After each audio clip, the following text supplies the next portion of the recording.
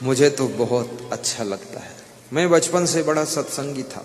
मेरे गांव में भागवत होती थी, मैं सबसे आगे बैठ जाता था, नया कपड़ा पहन के स्नान करके। शुरू से माता जी कहती थी तुम खुद भागवत सुनाओगे क्या? रोज वहां बैठ जाते हैं। मैंने कहा मैं भागवत के ऊपर भागवत सुना दूंगा, बस बड़ा होने तो साधु बनूंगा, खूब सुनाऊंगा भागवत। बड़ा हुआ, साधु हुआ और सुनाना शुरू किया तो माता जी कहती थी तुम तो भागवत से भी और अच्छा सुनाते हो, अजीब अजीब सुनाते हो। हमने कहा अजीब सुना दूंगा और लोगों को गजब कर दूंगा।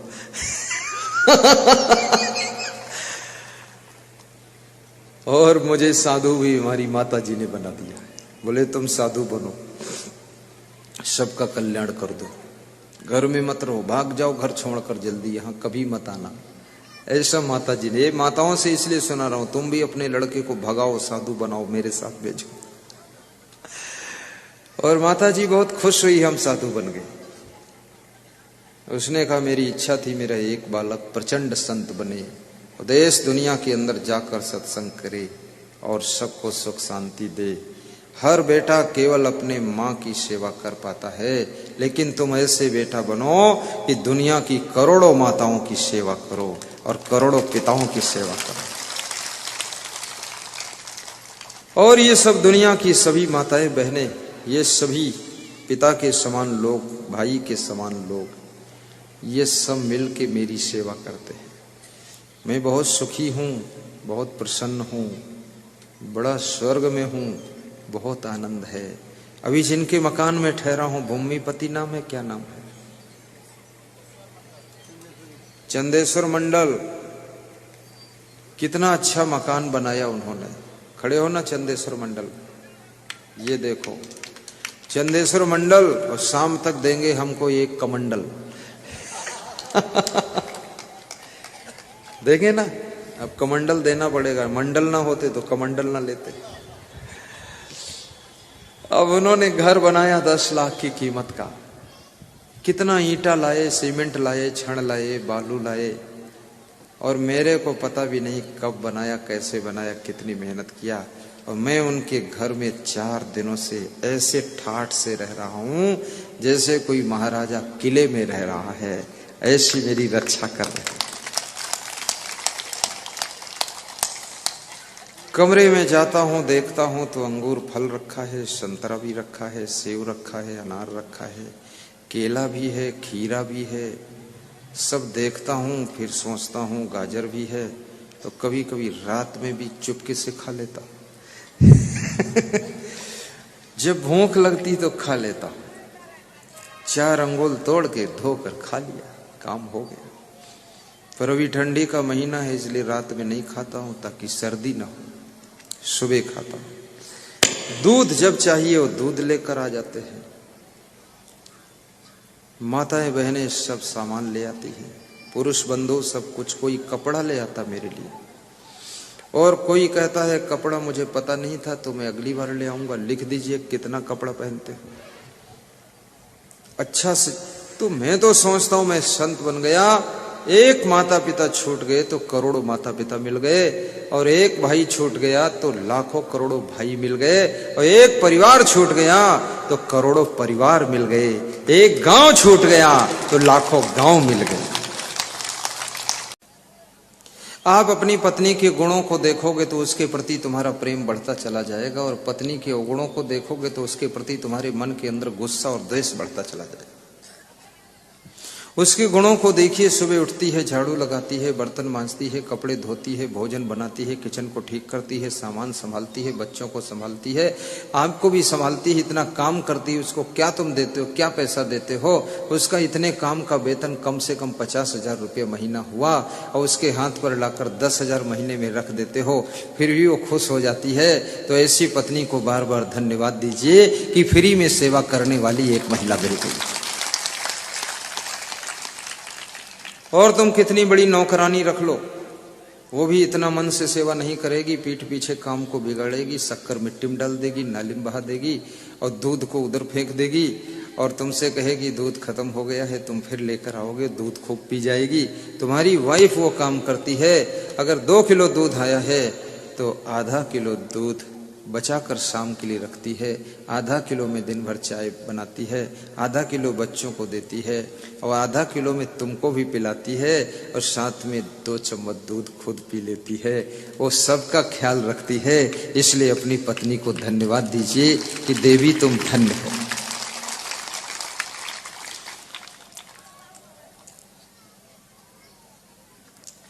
अपने पति को भी धन्यवाद दीजिए कि तुमको कहीं जाना होता है तो मोटरसाइकिल पर साइकिल पर पीछे बिठा कर ले जाता है और किराया भी नहीं मांगता है।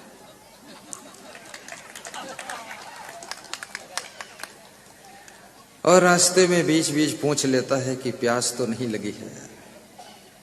तुम झूठ भी कह दो प्यास है, तुरंत साइकिल रोकता है, नल चलाता है और कहता है अच्छा रुको यहाँ मैं गिलास में पानी ले आता हूँ पी लो।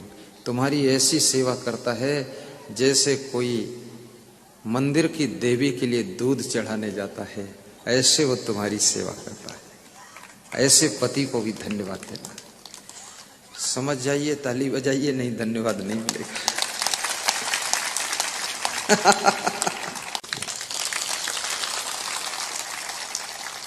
पान, पुड़िया, तंबाकू, गुटखा, बीड़ी, सिगरेट, गांजा, चरस, इनका सेवन बंद कर दीजिए। इससे भी बुढ़ापा जल्दी आता है और बुढ़ापा आने से शरीर की सुंदरता कम हो जाती है। हर व्यक्ति चाहता है कि मेरा शरीर सुंदर रहे। सबको सुंदरता बहुत अच्छी लगती है और सुंदर दिखना चाहते हो तो शाम को 1.5 गिलास दूध लीजिए बिना उबला हुआ। सुंदर बनने का उपाय बता दूं? है भी बताऊं? सुंदर बनने का उपाय बताऊं कि न बताऊं? 80 साल के बूढ़े भी हाथ उठा रहे हैं कि बताओ महाराज। उनकी भी इच्छा है एक बार और जवानी वापस लौटाऊं। और जथिया है, जटिया है, जदिया की बाजार में ठुमका लगाऊं, ऐसा उनका मन हो।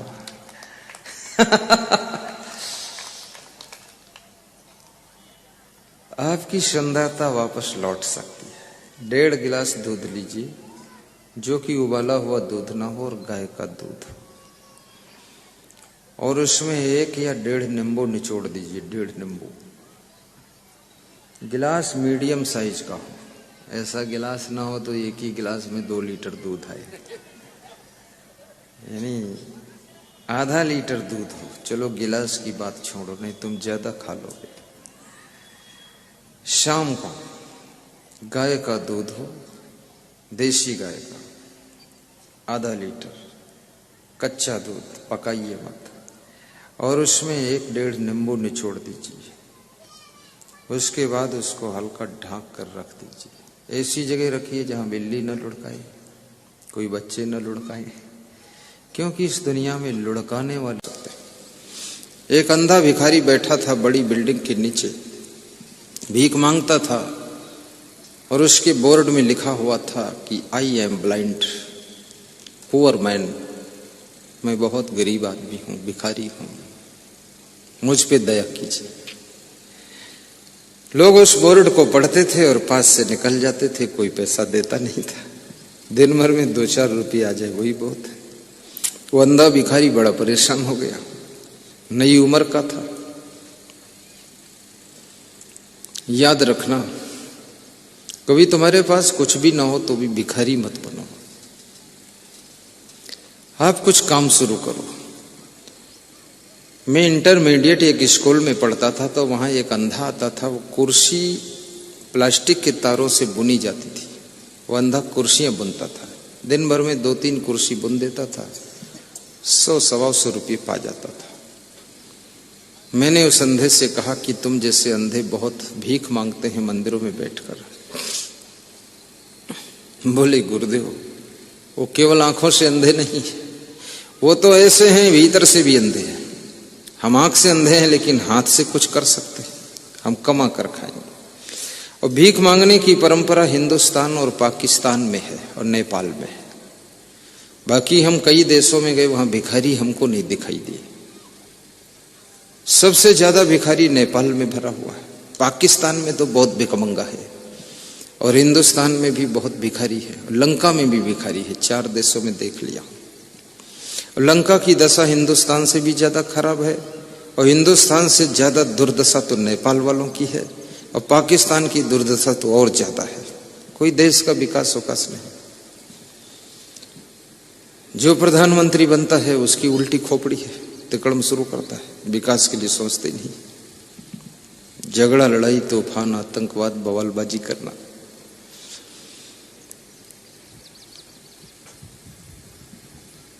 मैंने दुबई में कोई भिखारी नहीं देखा, इंडोनेशिया, मलेशिया, थाईलैंड, हांगकांग, कोई भिखारी नहीं वहां।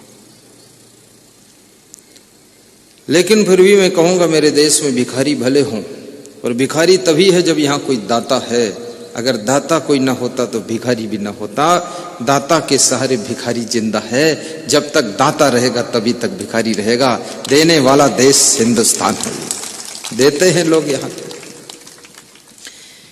तो उस बहुत बड़ी बिल्डिंग के नीचे बैठा हुआ भिखारी बड़ा परेशान हो गया, कुछ मिलता नहीं। तो उसके पास में एक नौयुवक उसी बिल्डिंग की 4थी मंजिल पर ऑफिस में काम करता था, क्लर्क था। उसको ऑफिस के लोग चिढ़ाते रहते थे कि तू बुद्धू पूरा है, तेरे दिमाग ही नहीं है, काम सही नहीं कर पाता है। तो उसने कहा चिढ़ाओ चाहे जितना, लेकिन कुछ तो करूंगा ही। तो एक दिन वो सवेरे सवेरे अपने ऑफिस जा रहा था, देखा वो अंधा बैठा हुआ है, भीख मांग रहा पात्र रखकर। तो अंधे के सामने, भिखारी के सामने एक बोर्ड लिखा हुआ लगा है कि I am poor man, I am blind. तो उसने उस बोर्ड में जो लिखा था उसको मिटा दिया। वो क्लर्क जो 4थी मंजिल पर सर्विस करता था, मिटा दिया, और उस पर कुछ नई बात लिख दी। और नई बात लिखने के बाद वो भिखारी पूछता है क्या कर रहे हो? बोले नई जिंदगी, नए अंदाज के साथ कुछ नया लिख रहा हूं, चिंता मत करना, मैं जा रहा हूं। वो चला गया, शाम को लौटा, उसी जगह से रास्ता था। तो उसके मन में हो जा रहा देखूं क्या हुआ इस लिखने का अर्थ। देखा तो उसका कटोरा रुपयों से भरा हुआ था। तो फिर उस अंधे भिखारी ने कहा कि सुबह आप ही आए थे जो मेरे बोर्ड को मिटाकर कुछ लिख गए थे। महान हो तुम, धन्यवाद है तुमको। क्या ऐसा लिख कर चले गए जो कटोरा भर गया आज? बहुत दिया लोगों ने। तो बोले मैं कुछ और नहीं लिखा हूं, तुमने लिखा था मैं एक अंधा भिखारी हूं, गरीब आदमी हूं, दया कीजिए। और मैंने उसको मिटा दिया, मैं लिख दिया आज का दिन कितना खूबसूरत है, काश मैं ऐसे सुंदर दिन को देख नहीं सकता हूं, लेकिन जो देख रहे हो सौभाग्यशाली है। ये लिखा हूं मैं, और ये लिखने से लोग कटोरा में पैसा डाल रहे हैं।